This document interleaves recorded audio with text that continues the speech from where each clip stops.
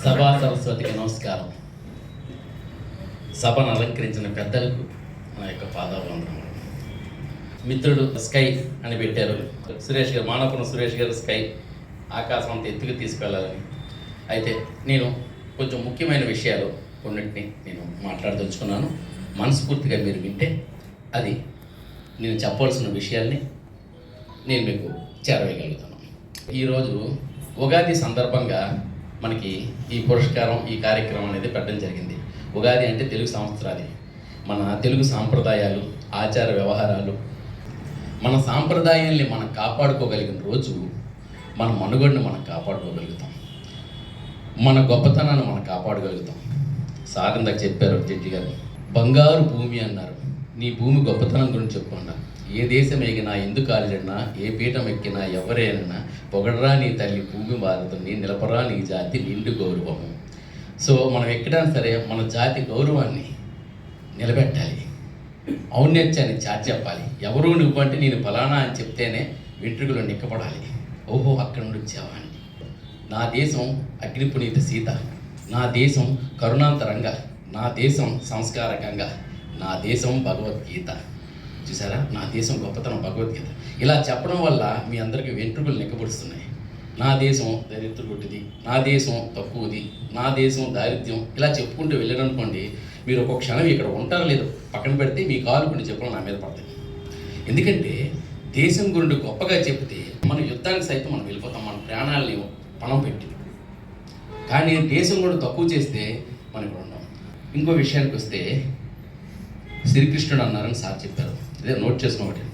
ఆయుధం పట్టకుండా మనం చేయాలి తెలివితేటలతోనే. ఎస్, ఇది పరిపూర్ణంగా కరణాలకి ఇది వర్తిస్తుంది. కరణాలకి ఏంటంటే కలమే ఆయుధం, కత్తి అక్కర్లేదు. మనం చాలామంది షాకులు చెప్తారు, నేను ఒకటే అంటాను, మనం ఎదగకపోవడానికి కారణం ఏంటంటే కారణాలు వెతుక్కోవడంలో మనం మొట్టమొదటి ఉంటున్నాం. కారణాలు వెతుక్కోవద్దు, కరణాలు. ఎందుకంటే దారి వెతుక్కోవద్దు, మీకు వెళ్ళాలనుకుంటే దారి మీరే వేయండి. ఇక మా బాబాయ్ గారు చెప్పారు, ఐక్యత కరువైంది, సమిష్టితనంగా లేదు, పునరాలోచన చేయాలి. ఎస్ బాబాయ్ గారు, నేను చెప్తున్నాను ఏంటంటే శ్రీనివాస్ గారు అందరికీను ఐక్యత లేదు, నిజమే. ఈరోజు ఒక ఫంక్షన్ పెడితే హాల్ నిండిపోలు, చిన్న హాలు, కానీ మన కరణాలు లేరు. ఎందుకంటే తెలుసా, కులక్షయే ప్రణశ్యంతి కులధర్మ సనాతన ధర్మే నష్టం కులకృత్సం అధర్మో అభిభవిత్యుత.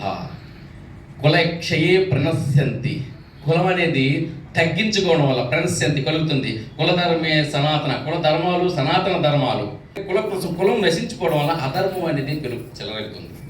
మన బాబాయ్ గారు ఒక విషయం ఏంటంటే, మీరు మీ నోటీసులో ఒకటి పెడుతున్నాను, మీరు గుర్తించండి. ఎందుకంటే మీరు నాయకుడు ఎప్పుడు కూడాను పరివారం యొక్క విషయాల్ని బాగోగులు గుర్తించాలి. మీ ముందు నేను పెడుతున్నాను ఏంటంటే, హైదరాబాద్లో వచ్చేసి నేను శిష్టకరణాలకు ఒక వ్యక్తి గారు ఏమంటే బావగారు మీ మెండలో జంధ్యం లేదని అడిగాను. ఒకటే మాట్లాడు, ఇప్పుడు మనం బీసీ అయిపోయింది కదా బావగారు అంటే, చూడండి బీసీ అంటే బ్యాక్వర్డ్ క్లాసెస్, వెనుకబడిన తరగతులు మాత్రమే. జంధ్యం లేనిది అని అర్థం కాదు. అక్కడ కర్ణాలను వచ్చేవరకు జంధ్యం లేదు అని అంటే మన సంస్కృతి, అది ఎంతోమందికి లేదు, మనకు ఉంది కదా. దాన్ని ఎందుకు మీరే తీసి పడేస్తుంటే మిగతా వాళ్ళు మనల్ని ఇంకా తక్కువ చేస్తారు కదా. తమిళనాడులో జంధ్యాలు కోసి బ్రాహ్మణత్వాన్ని అగౌరవపరిచిన సందర్భాలు ఉన్నాయి. సో అలాంటప్పుడు ఎందుకు మనం పక్కన పడినాం అంటే మనం పిక్నిక్లు పెడుతున్నాం, మీటింగ్లు పెడుతున్నాం, మనం అవేర్నెస్ తీయట్లేదు. సరదాగా నేను నా పుట్టినరోజు పిలుస్తాను మీ అందరికీ. పుట్టినరోజు కేక్ కట్ చేస్తాం. కేక్ కట్ చేసిన వెంటనే మనం మీటింగ్లు ఎలా ఉంటున్నాయంటే, కేక్ అంతా కట్ చేసిన తర్వాత ఎస్ఎస్ పట్నాయక్ గారు చప్పట్లు కొట్టని, ఈ రోజు నేను ఢిల్లీ వెళ్ళాను, ఢిల్లీలో ఓబీసీ గురించి మాట్లాడని మొదలు పెడతారండి. మీరు ఓబీసీ తండి, బీసీ తండి, ఎస్సీ తండి, ఎస్టీ తండి, అది దాని సభ వేరు. ఇక్కడికి వచ్చే ప్రతి సభలో అవడం వల్ల యూత్ అట్రాక్షన్కి దూరం అవుతున్నారు. యూత్ ఏమవుతుందంటే అరే అంటే మాకు చెప్తుంది, మా పద మీటింగ్ వెళ్తారా, ఎప్పుడు వెళ్ళినా సరే ఆ మీటింగ్లు అంటారా. ఎదుగుదల కోసం మీటింగ్లు. ఎదుగుదల అంటే ఏంటంటే 3 రకాలకు కావాలి సార్ ప్రతి క్యాస్ట్ కూడా, రాజకీయంగా, ఆర్థికంగా, సామాజికంగా. రాజకీయ, ఆర్థిక, సామాజికంగా 3 రకాలుగా ఎవరైనా అభివృద్ధి చెందితేనే ఆ కులం ముందుకెళ్తుంది. కేవలం బీసీ ఓబీసీలు మాత్రమే కాదండి, అవి వద్దు అంటం లేదు. Underline this point. అందుకే నేను మీకు వీడియో రికార్డ్ కూడా చేస్తున్నాను. మనం ఎదగాలంటే ఓబీసీ వచ్చింది కదా రాజకీయ నాయకులు అయిపోతామా? అవ్వలేము. ఆర్థికంగా ఎదిగేస్తామా? ఎదగలేం. సామాజికంగా బలపడతామా? బలపడలేం. బీసీ ఒకటే మార్గం కాదండి, నేను చెప్తున్నాను. మన ఆంధ్రప్రదేశ్లోనే ఉత్తరాంధ్ర జిల్లాలోనే కొప్పల వేలములు, పద్మనాయకుని వేలములు, ఆదిమ వేలములు, పోలినాటి వేలములు 4 ఉన్నాయి. కొప్పల వేలంలో పోలినాటి వేలములు బీసీలో ఉన్నారు. ఆదిమ వేలంలో పద్మనాయకుని వేలములు ఓసీలో ఉన్నారు. బట్ ఓసీలో ఉన్నవాళ్ళు అక్కడ తెలంగాణలో సీఎం దాకా ఎదిగారు. మరి మన దగ్గర ఉన్నప్పుడు ఎంత బాధ పరిస్థితులు ఉన్నారు. బీసీ అయినంత మాత్రం వాళ్ళందరూ ధనవంతులు అయిపోవాలి కదా. మరి పద్మనాయకుని వేలం, ఆదిమ వేలంలో ఎక్కడున్నారు? ఏ స్థాయిలో ఉన్నారు? పద్మనాయకుని వేలంలో ఏ స్థాయిలో ఉన్నారు చూడండి. ఓసీలో ఉంటూ కూడా. నెంబర్ 2, 50 సంవత్సరాలు అయింది బీసీ చేసి కూడా. ఆ తర్వాత మన సైడ్, అటు సైడ్ కమ్మనాడులో ఉన్నారు కమ్మలు, కలింగనాడులో ఉన్నారు. కానీ కలింగులు జంతి ఉంది, ద్విజులు అంటారు వాళ్ళని. వాళ్ళ గోత్రాలు కూడాను క్షత్రియ గోత్రాలు, బ్రాహ్మణ గోత్రాలు ఉంటాయి. కానీ అన్డిఫైన్డ్ ట్రైబల్స్గా వాళ్ళు బీసీఏ. ఇంత సార్ పేరు చెప్పలేదు, నేను చెప్తున్నాను, తప్పులేదు, క్షమించండి. కుల పేరు ప్రస్తావిస్తే మిమ్మల్ని అగౌరవపరిచినట్టు కాదు, నన్ను మనస్ఫూర్తిగా క్షమించండి. ఎందుకంటే నేను ఒక సామాజిక శాస్త్రవేత్తని, వాక్ స్వాతంత్ర హక్కు నాకు ఉంది కాబట్టి నేను మాట్లాడుతున్నాను, నిజాన్ని మాట్లాడుతున్నాను. నేను ఎంఏ సోషియాలజిస్ట్ని. నా qualification BCA, MBA, MCJ, DFTech, MA sociology. So నేను మాట్లాడుతున్నాను. బీసీఏ అయ్యారు, ఓకే. కాలింగులు డెవలప్ అయిపోయారు అనుకుంటున్నాం మనం. ఏమీ లేని చోట ఆముదం వృక్షం, మహావృక్షం అంటారు. మన జిల్లాల్లోనే కాలింగులు తెలుసు. హైదరాబాద్ ఒకసారి రండి, కాలింగులు అంటే తెలియదు. రాష్ట్రాన్ని, భారతదేశాన్ని పరిపాలిస్తున్న మరి బీసీఏలో ఉన్నారు కదా. మరి ఓసీలో ఉన్న కమ్ములు రాజ్యాలు స్థాపించారు. అదేవిధంగా బీసీలో ఇంకొకటి రెడ్డికిలా ఉన్నారు మన దగ్గర. వాళ్ళు బీసీలో ఉన్నారు, రెడ్డిలో ఉన్నారు, ఓసీలో ఉన్నారు. రెడ్డి రాజులు అయ్యారు, సీఎంలు అవుతున్నారు, మంత్రులు అవుతున్నారు. కానీ వాళ్ళు ఇంకెక్కడే ఉన్నారు. అదేవిధంగా కోమట్లు తీసుకున్నా సరే బీసీలో ఉన్నారు. కోమట్లు, కలింగ కోమట్లు, నర్సన్పేటలోని, సోంపేటలోని కోమట్ల పరిస్థితులు చూస్తే ఎలా ఉంది. కానీ గుజరాత్ కోమటి గాంధీ గారు, కేజ్రీవాల్ ఢిల్లీ కోమటి, రోషయ్య ప్రకాశం జిల్లా కోమటి, పొట్టి శ్రీరాములు గారు నెల్లూరు కోమటి, రాజాం కోమటి గ్రంథి మల్లికార్జున. వీళ్ళందరూ ఒకటే కదా. వీళ్ళందరూ ఒకటే అయినప్పుడు నేనంటున్నాను, సర్వేపూర్లో పుట్టిన రాధాకృష్ణ గారు, పాములవర్తిలో పుట్టిన పివి నరసింహరావు గారు, టంగుటూరులో పుట్టిన ప్రకాశం పంతులు గారు, కందుకూరులో పుట్టిన వీరేశలింగం గారు, వీళ్ళందరూ కర్ణాలే. అదేవిధంగా కుప్పుల్లో పుట్టిన మన వెంకట రమణమూర్తి గారు, అందరూ ఒకటే కదా. సదాశివ శ్రీనివాస్ ఒకటే కదా. సో అంతర్ రాష్ట్రాల్లో ఉన్న కర్ణాలందరూ, కోమట్లందరూ ఒకటైనప్పుడు మన పక్క జిల్లాలో ఉన్న కర్ణాలతో మనం ఎందుకు కలవట్లేదు? సమిష్టి అన్నారు ఇక్కడ, ఐక్యత అన్నారు. ఐక్యత అంటే కేవలం సృష్టికరణాలు ఇంతే వస్తారండి. ఏ క్యాస్ట్లో కూడాను ఒక శాఖని పిలిస్తే ఇంతమందే వస్తారు. శాఖోపశాఖలుగా, తండోపతండాలుగా వస్తేనే అక్కడ నిల్చుంటుంది. కాపు మీటింగ్ అని పెట్టండి. తూర్పు కాపు, ఒంటరి, బలిజ, మున్నూరు కాపు, కాపు, పెదకాపు, ఇంతమంది కలిస్తేనే 25% అయింది. కంసాలు పిల్లండి, కంసాలి, కంచరి, వడ్రంగి, శిల్పి, ఆచారి, విశ్వకర్మలందరూ కలిస్తేనే అవుతుంది. మరి మనం వచ్చినప్పటికీ కర్ణాలంటే మన అందరికీ తెలిసేది ఒకటే, శిష్టకర్ణాలు. మీరు పట్నాయక్ సార్ అంటారు, నిజమే. పట్నాయక్స్ అంటే మన 3 జిల్లాలో ఉంది. హైదరాబాద్కి వెళ్ళి కర్ణాలకి మీరు పట్నాయక్స్ అంటే ఒప్పుకోరు, పట్టవారీలు అనాలి. పట ప్లస్ వారి, పట్టం అంటే విద్య, వారి అంటే నాయకుడు, పటవారి అంటే విద్యా నాయకుడు. శ్రీకాకుళంలో పట్టనాయకు, విద్యానాయకుడు. ఇది ఒరియా నుండి అడాప్టెడ్ పదం, అది మహారాష్ట్ర నుండి అడాప్టెడ్ పదం. మీరు చరిత్ర ఒకసారి చదవండి. చరిత్ర చదివినట్లయితే 1657వ సంవత్సరంలో షేక్ మహమ్మద్ ఖాన్ బహదూర్ అనే అతను నైజాం పరిపాలన కింద శ్రీకాకుళం రాజుగా పరిపాలించారు. శ్రీకాకుళం పేరు గుల్షనాబాద్. శ్రీకాకుళంలో గుల్షనాబాద్ తర్వాత చికాకోల్ అయింది. చికాకు అంటే ముసుగు, కోల్ అంటే తెరువు, ముసుగు తెరువు అంటే ముస్లింలు స్త్రీ వచ్చినా సరే ముసుగు తెరుచుకొని అక్కడ లోపలికి పంపించాలి. అంతవరకు ఎందుకు వెలమ దొరల దగ్గర బొబ్బిలి పత్రం యుద్ధంలోని నైజాం ప్రభువులు పుష్య దొరలే కదా కప్పం కట్టలేదని బొబ్బిలి కోట పత్రం 1757 చదువుకున్నాం కదా. అప్పుడు చికాకోల్ కంటే చిక్కోలు అయింది. ఇక్కడ ముస్లిం పరిపాలన వద్దు, ముస్లింలు మాకొద్దు, మాకు తెలుగు వాళ్ళ పరిపాలన, లేకపోతే హిందుత్వం కావాలనేటప్పుడు ముస్లింస్ వస్తుండేటప్పుడు ముస్లింస్ చంపేసేవారు. చంపేస్తుంటే ఏంటంటే అయ్యో చంపేస్తున్నారని చెప్పేసి ఒక బ్రాహ్మణుడు పంపిద్దామా, బ్రాహ్మణులు చంపరు. ఎందుకంటే గోహత్య, బ్రాహ్మణ హత్య, భ్రూణ హత్య, శిశు హత్య, మాత హత్య పంచమహాపాతకాలు. కాబట్టి ఒక బ్రాహ్మణుడు పంపించి మనం మతసామికి నైజాం పరిపాలన కొనసాగిద్దాం అని చెప్పి నైజాం నుండి ఒక బ్రాహ్మణుడు పంపించారు. పేరు డబీరు నారాయణమూర్తి. మీరు చూడండి, చరిత్ర పుస్తకాలు చూపిస్తాను. డబీరు నారాయణమూర్తి. డబీర్ అంటే అర్థం ఏంటో తెలుసండి, రాజశాసనం రాసేవాడు. డబీర్ is not adopted from Orissa, is coming from Nizam. డబీరు అంటే రాజశాస్త్రం రాసేవాడు, శిలాశాస్త్రం రాసేవాడు. డబీర్ల కర్ణాలు కాదు అంటారు. కర్ణాలు కాదంటే అర్థం ఏంటంటే క్యాస్ట్ కర్ణాలు కాదని కాదు, కరణం కాదు అని అర్థం. కరణం అంటే ఉద్యోగ కరణం కాదని అంతే. సో డబీర్ అనే బ్రాహ్మణుడు ఇక్కడికి వచ్చాడు, డబీర్ నారాయణమూర్తి. వచ్చి జలుమూరులో దిగారు. జలుమూరులో దిగిన తర్వాత చంపడానికి వెళ్ళేటప్పుడు బ్రాహ్మణుడు మహాపాపం అని చెప్పి ఆయన మాట విన్నారు. ఆయన అప్పుడు చేసిన పని ఏంటి సార్, చిక్కొక్కలు పేరు మారుద్దామని చెప్పి శ్రీకారం చుట్టి శ్రీకాకుళంగా మార్చారు. శ్రీకాకుళం మార్చి ఇక్కడ హిందుత్వ ధర్మాల్ని స్థిరపరిచారు, యజ్ఞ యాగాలు చేయించారు, యజ్ఞోపవేతాలను బలపరిచారు. అప్పుడు డబీర్ వాళ్ళు, ఆ తర్వాత ఇక్కడ ఉండే గౌడ బ్రాహ్మణుడు సర్టిఫికెట్, మన తాతకి తండ్రి పేరు గౌడ బ్రాహ్మణుడు ఉంటారు. ఆ గౌడ బ్రాహ్మణుడు ఉంటుంది అని ఉత్కల బ్రాహ్మణుడు. అంటే గౌడ బ్రాహ్మణుడు అంటే ఏంటి? వింధ్యా పర్వతాలు మధ్యప్రదేశ్లో ఉంటాయి.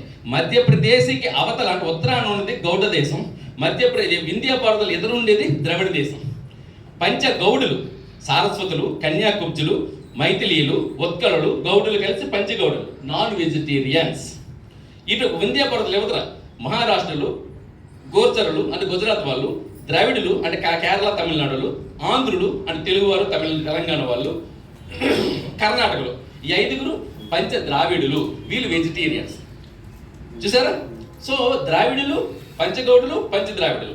అందుకే అంటారు జనగణమనలో చూడండి, పంజాబ్, సింధు, గుజరాత్, మరాఠా, ద్రావిడ, ఉత్కల, వంగ, వింధ్య, హిమాచల, యమునా, గంగా.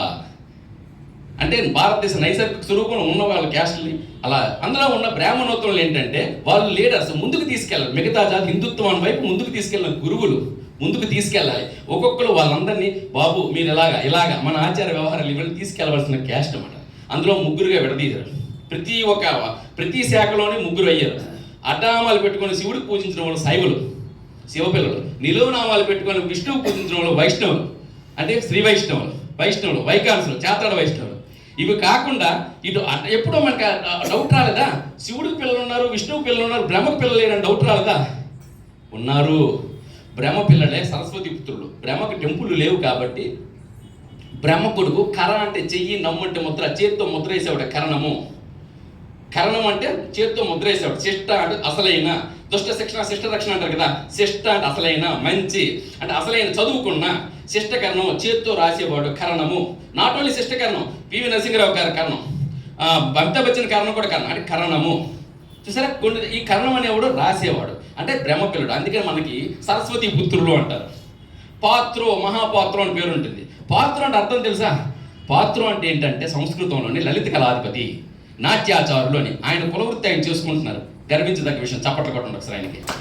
ఎందుకంటే పాత్రం అంటే లలిత కళాధిపతి. సంగీతం, సాహిత్యం, చిత్రం, నాట్యం, శిల్పం, ఈ 5 కళలందు ఉపాధ్యాయులుగా నియోగింపబడినవారు, సంగీతంగా నియోగింపబడేవారు, సాహిత్యంగా నియోగింపబడేవారు. అలా ఉపాధ్యాయులుగా నియోగింపబడే నియోగులే ఈ పాత్రోలు, మహాపాత్రోలు. మహాపాత్రం అంటే హెడ్ ఆఫ్ ద డిపార్ట్మెంట్. అదేవిధంగా మహామంత్రులు కూడా అవ్వాలి. పాత్రం అంటే మంత్రి ఉంది, లలిత కళాధిపతి ఉంది. మహంతులు మనకే ఉంటుంది. మహంత్ అంటే ఏంటి తెలుసండి? దేవాలయ వ్యవస్థాపకులు. మనం చెప్పాల్సింది మన కర్ణాల మీటింగ్లో ఇది ఒక్కసారి చెప్పించండి. నన్ను పిల్లలు ఒక్కసారి ఎంతమంది కర్ణాలు ఐక్యంగా రారు నేను చెప్తాను. మహంతులు. మహంతి అంటే ఏంటంటే దేవాలయ వ్యవస్థాపకులు, ఒక దేవాలయాన్ని స్థాపించేవాడు మహంతి. చూసారా? మహంతులు, పీఠాధిపతులు. ఒక్కొక్క మహంతి ఒక్కొక్క దగ్గర స్థాపించాడు. ఆ రాజు పేరుతో కంటు మహంతి, రాజమహంతి, ఆ మహంతి, ఈ మహంతి, రకరకాల మహంతులు వచ్చారు. చూసారా? మహంతులు ఉన్నారు. ఆ తర్వాత మహంతుల తర్వాత పాత్రలు అని చెప్పాను కదా. తర్వాత గ్రామ కర్ణాలుగా నియోగింపబడేవారు కర్ణాలు, ఆయా ఊరి పేరుతో వచ్చారు. ఆ తర్వాత రావు అని పేరు ఉంటుంది. ప్రతాపరావు, ఉద్దండరావు, ఆరావు, ఈరావు అని. అంటే రాజారావు, రంగారావు గారి సంస్థానంలో, అంటే రాయుడులు అంటారు వారికి. పెదరాయుడు, చిన్నరాయుడు అనేవారు కదా. ఎవరు? వెలమలకి. ఈ వెలమ సామ్రాజ్యం ఉండేప్పుడు వెలమరాజుల యొక్క పేరుతోనే ఉద్దండరావు, ఆరావు, ఈరావు, దదిరావు, గజగంటరావు ఏనుక్కి గంట కట్టేవాడు గజగంటరావు, సాహిని, అశ్వసాహిని, గజసాహిని, ఇవన్నీ గజపతుల పరిపాలనలో ఉండేవి. అలాంటి పేర్లు అంటే అంత ఉన్నతమైన వారు. అయితే ఇలాంటివన్నీ చెప్పడం వల్ల మనకి బీసీపోతుంది అంటారు. యద్యదాచరతి శ్రేష్ఠ తత్తదేవేతో రోచన సయత్ ప్రమాణం కురుతే లోకస్తదనువర్తితే. యద్యదాచరతి శ్రేష్ఠ తదేవేతర ఏ విధంగా శ్రేష్ఠులు అనుసరిస్తారో, దేన్ని ప్రమాణంగా స్వీకరిస్తారో, యద్యదాచరతి శ్రేష్ఠ తత్తదేవేతర జన సయత్ ప్రమాణం కురుతే, దాన్నే ప్రామాణికంగా తీసుకుంటారు. లోకస్తదనువర్తితే, లోకమంతా అనుసరిస్తారు. అరే, భారతదేశాన్ని కాపాడడానికి మిలిటరీ ఉద్యోగులు వస్తే మీ పిల్లలకు పంపిస్తారా? పంపించరా? పంపిస్తారు కదా. మిలిటరీ ఉద్యోగులకు పంపించినట్లయితే మిలిటరీలోని ప్రాణాలు కోల్పోతారు. యుద్ధం అయితే అప్పుడు ఒక మాట చెప్తారు. ఏమంటారు? సార్, నా ప్రాణం పోతే పోయింది, దేశాన్ని పరిరక్షిస్తున్నాను. చూసారా? నాకు రిజర్వేషన్ పోతే పోయింది, నా కుల సంస్కృతిని పరిరక్షిస్తున్నాను. ఇందులో ఒకసారి తప్పుందా? అయితే ఓసీలో ఉన్నారు వెలములు, బీసీలో ఉన్నారు వెలములు, ఇద్దరు కలిసే ఉన్నారు. సీఎం అయ్యారు. అక్కడ పోయిందా రిజర్వేషన్? కాపులుగా ఉన్నారు, తూర్పు కాపులు, మున్నూరు కాపు బీసీలో ఉన్నారు, మిగతా వాళ్ళందరూ ఓసీలో ఉన్నారు. రిజర్వేషన్ పోయిందా? పోలేదు కదా. అంటే సామర్థ్యం ఉండగలిగినోడు ఎక్కడున్నా ఉండగలడు, సామర్థ్యం లేనోడు. అందుకే అంటారు ఏంటి, శ్రేయాన్ స్వధర్మో నిధున పరధర్మో సునిష్ఠిత స్వధర్మో నిధునం శ్రేయ పరధర్మో భయావహ. నీ స్వధర్మంలో నువ్వు చనిపోయినా సరే నువ్వు గొప్పవాడవుతావు. పరధర్మంకి వచ్చిన తర్వాత నువ్వు అందులో బాగుపడితే ఏముంది? నా నాన్న పేరు రాసుకుంటే నాకు ఉద్యోగం రాదని, నా పక్కింటి నాన్న పేరు నేను రాసుకుంటే ఉద్యోగం వస్తుందని, నా పక్కింటి నాన్న పేరు నా సర్టిఫికేట్లో రాసుకుంటే నా తల్లికి నేను అవమానించినట్టు. దానికోసం అరే మేము దరిద్రులు అండి, మాకు రెండో వివాహాలు ఉంటాయండి, అది ఉంటాయండి, ఇది ఉంటాయండి, మేము ఆ కాలువలు అని మన గురించి మనం తక్కువ ఎందుకు చేసుకోవాలి? వద్దు. రాజకీయంగా ఎదగాలంటే అయ్యా బాబాయ్ గారు, నేను మీకు మాటిస్తున్నాను సార్, సమిష్టి ఐక్యత పునరాలోచన ఈ రెండు కూడా ఉంటాయి. దీనికోసం one man can do anybody can learn and do అన్నారు. ఆదిశంకరాచార్యులు 108 మతాలను కలిపి ఒక భారతదేశంలో ఒక ఐక్యత సాధించారు. అలాగే ఆదిశంకరాచార్యులాగా ఈ స్కై అనే సురేష్ గారు పుట్టారు అనుకున్నాం. స్కై అండ్ ఆకాశం. నాకు రాజకీయంగా ఎదగాలని లేదు, సినిమా రంగంలో ఎదగాలని ఉంది. నాకు సపోర్ట్ చేయండి సినిమా రంగానికి. రాజకీయంగా ఎదగగలిగిన వాళ్ళు నాలాంటి కుర్రాళ్ళు చాలా మంది ఉన్నారు. రాజకీయంగా ఎదిగారా తీసుకొస్తాం. దానికి చేయవలసింది ఏంటి అంటే మనందరం కలవాలి. కలిసిన తర్వాత అందుకే చెప్పేసి నేను మన ఉత్కల సాంప్రదాయం ఉన్నారు. అరే మనం నీసి తింటాం కదా అని మీరు అంటారు. ఇందాకే చెప్పాను కదా, ఉత్కల సాంప్రదాయం వాళ్ళు non vegetarians. Pranab Mukherjee he should not eat food without fish. Pranab Mukherjee అనేవారు ఫిష్ లేకుండా తినరు అనేది ఉంది. మన రామకృష్ణ పరమహంస గారు చేపలు తింటారు, వివేకానంద గారు చేపలు తింటారు. అంటే ఏంటి? North culture. నేను పబ్లిక్గా చెప్తున్నాను, చూసారా? భయపడరు ఎందుకు? భయపడను. ఎవరు అడిగిన దానికి ఆన్సర్ సమాధానం నా దగ్గర పుస్తక పట్టణాలు చాలా ఉన్నాయి. సమాధానం ఉండగలిగినోడు, మన విషయానికి ప్రతి విషయానికి ఒక ఓపెన్ మీటింగ్ పిలవగలిగితే ఎక్కడ అనర్గరంగా మాట్లాడగలిగినోడు, నిజాన్ని నిర్భయంగా మాట్లాడగలిగినోడు, ధైర్యవంతుడు, ఆడ కర్ణం అయి ఉండాలి, బ్రాహ్మణుడు అయి ఉండాలి. అప్పుడేమో తెలుసా, ప్రతి రాజు కూడా మంత్రిగా బ్రాహ్మణుడు ఎందుకు పెట్టుకుంటాడు? తన రాజ్య తనకుండే శౌర్య లక్షణాన్ని, వెలమ శౌర్య లక్షణాన్ని, తెలగ శౌర్య లక్షణాన్ని, యదువంశం, నాగవంశం, అగ్నివంశం, సూర్యవంశం, ఇలా వంశాలు ఉన్నాయి. ఇన్ని వంశ రాజులు కూడా ఎందుకు పెట్టుకున్నారు? మా దగ్గర ధైర్యం ఉంది, అదే విధంగా మీ దగ్గర నిక్కచ్చితం ఉంది. సో ఆ విధంగా మనం ఉండగలం. అందుకనే దీనికి పట్నాయక్ అన్నారు చూసారా, పటో ప్లస్ నాయకు. అలాగే అధికారి అంటారు నార్త్ సైడ్, అంటే గ్రామాధికారి. అందుకని మనం ఉత్కల సాంప్రదాయంతో ఉన్నాం. అందుకే ఈ రోజు నేను ఏం చేసినంటే సార్కి ఈ సార్ ఉన్నారు, ఆంధ్ర ఒరియా బ్రాహ్మణ్ అధ్యక్షులు. ఆయన ఒరియా హీరో, ఇక్కడే ఉంటారు.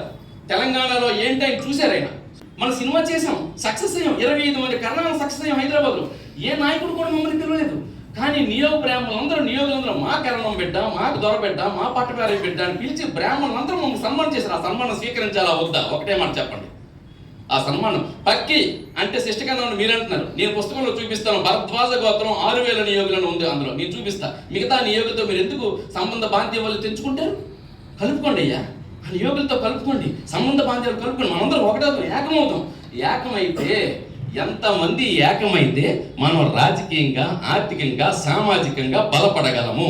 మనందరం కలుద్దాం. నేను ఒకటే చెప్తున్నాను, లాస్ట్ బట్ నాట్ లీస్ట్, మిగతా క్యాస్ట్ వాళ్ళకి మనం ద్రోహం చేయొద్దు. మనం వాళ్ళని ద్రోహం, ఒకరి ఫుడ్ మనం తిందామని అనట్లేదు. మనకంటూ కూడా మన సొసైటీలో ఉన్నాయి, మనకంటూ కూడా కార్పొరేషన్ ఉన్నాయి. నేను మా బాబాయ్ గారికి శిష్టకరణ సంఘంలోని ఒక డైరెక్టర్గా తెలిసి ఆనందపడ్డాను. కానీ నాకు అలా ఏంటి తెలుసా, మా బాబాయ్ గారు బ్రాహ్మణ వెల్ఫేర్లోని చైర్మన్గా చూడాలి. ప్రతి బ్రాహ్మణుడికి ఆయన, బీద బ్రాహ్మణుడికి ఆయన సహకరించాలి. అలాగే ఇంకొకతను వెలమలకు సహకరిస్తారు, ఒకతను తెలంగాణకు సహకరిస్తారు. ఎవరి క్యాస్ట్కి వాళ్ళు సహకరించిన రోజు భారతదేశం నిజంగా బాగుంటుందండి. నేను జై తెలంగాణ అంటానండి, అంటే డౌన్ ఆంధ్ర అని కాదు, జై ఆంధ్ర అంటానండి, డౌన్ తెలంగాణ అని కాదు. నేను ఒక వీడియో పంపిస్తాను, వరంగల్లో జై ఆంధ్ర అన్నాను, జై తెలంగాణ అన్నాను. ఇక్కడ కూడా నేను జై తెలంగాణ అంటాను, జై ఆంధ్ర అంటాను. అలాగే మన కులంలోని శైవులు, వైష్ణవులు, కరణలు అందరం కలిసిన రోజు డెఫినెట్గా ఈ హాలు కాదండి, విశాఖపట్నం బీచ్ సరిపోదు. అలాంటి మీటింగ్ని కండక్ట్ చేద్దాం, అలాగ ఐక్యవేదిక సంపాదిద్దాం. అప్పుడు రాజకీయంగా, ఆర్థికంగా, సామాజికంగా మనం ఎదగలుగుతాం. అప్పుడు మనం బ్రాహ్మణ వెల్ఫేర్కి మనం తీసుకొస్తాం సార్, ఓబీసీ. కాబట్టి మేమందరం ఒకటయ్యాం. మమ్మల్ని కాపాడండి, హిందుత్వాన్ని మేము కాపాడుతాం, హిందూ ధర్మ సిద్ధాంతాలు కాపాడుతాం. ఇదిగో మన ఒక్కటి జంధ్యం మన మెడలో ఉంది. ఈ జంధ్యం 5 పోగులు ఎందుకు ఉన్నాయని మన కర్ణాల నాయకులు అంటారే, ఆ నాయకులకు ఒక్కసారి మీరు అడగండి, చెప్పగలిగితే సంతోషం, లేకపోతే కర్ణ నాయకుడు ఎందుకు అయ్యాడు. అదేవిధంగా ఒరియా బ్రాహ్మణ అధ్యక్షులు ఎక్కడ ఉన్నారు, ఆయనకి ఫైనల్ ఒక విన్నపం పెడుతున్నాను. మనం ఎవరైనా ఉపనయనం చేసుకుంటామంటే మాకు అలవాటు లేదండి, వాజిబ్ లేదండి అంటారు నానమ్మ. అరే నానమ్మ, పెద్ద మనిషి ఫంక్షన్ నీకు అలవాటు ఉందా? లేదు కదా. అరే తాతకేమైనా అలవాటు ఉందా మొదటి పుట్టినరోజు ఫంక్షన్? కేక్ కోయడం మన సాంప్రదాయమా? లేదు కదా. మరి కేక్ కోస్తాం, మరి యజ్ఞోపేతం చేయడానికి ఎందుకు వచ్చిందండి? కానీ తెలుగు బ్రాహ్మణులు ముఖ్యంగా ద్రవిడి నుండి ఇటు వచ్చి ఏం చేస్తారంటే 1700లో మీకు అది లేవు అని చెప్పడం మొదలెట్టారు. దాన్ని కూడా మనం తీసుకున్నాం. నేను గౌడ బ్రాహ్మణుని నేను చెప్తున్నాను, అయ్యా మీరు కూడా బతకాలి, మీ పాణిగ్రాహి పండ పాత్రలు బతకాలి. అందుకని ఒకటి చెయ్యండి, ప్రతి శిష్టకర్ణానికి, ఇంకో కర్ణాలకి, ఒరియా బ్రాహ్మణులకి అందరికి కూడా యజ్ఞయాగాలు ఉన్నాయి, యజ్ఞోపేతం ఉంది. మీ ఇంట్లో షోడశ కర్మలు 16 కర్మలు అంటే ఏంటి? అది ఏంటంటే వీళ్ళ తాతగారు రాసిన పుస్తకం ఉంది, సారాల తాతగారు రాసి సుదర్శన ప్రెస్లో ప్రింటింగ్ చేసిన పుస్తకం ఉంది, షోడశ కర్మల గురించి అందులో ఉంది. ఆ కర్మలు చేయాలని చేయించండి. నిజంగా మీ ఒరియా బ్రాహ్మణులు కూడా బాగుపడతారు, గౌడ సాంప్రదాయాలు కూడా ఆచారంలోకి వస్తాయి, మనమందరం ఏకమవుతాం. ఇందుకోసం నేను మాట్లాడి చిన్నవాడిగా నేను మీ ముందు శిరస్సు వంచి అందరం కలిసి ఉంటామండి, దానికి సహకరించండి అని విన్నపించుకుంటున్నాను. బయటకు వచ్చిన తర్వాత ఎస్ఎస్ పట్నాకి పిలవద్దు, వాడు పిలిస్తే బాపనోళ్ళు ఇది అంటారు అని దయచేసి అనొద్దు. అంటే అది మీ ఇష్టం. అయినా సరే కలవాలనుకున్నాడు కలుస్తాడు, విడిపోవాలనుకున్నాడు ఒంటి ముడుగా ఎప్పుడు ఉంటాడు. జై హింద్.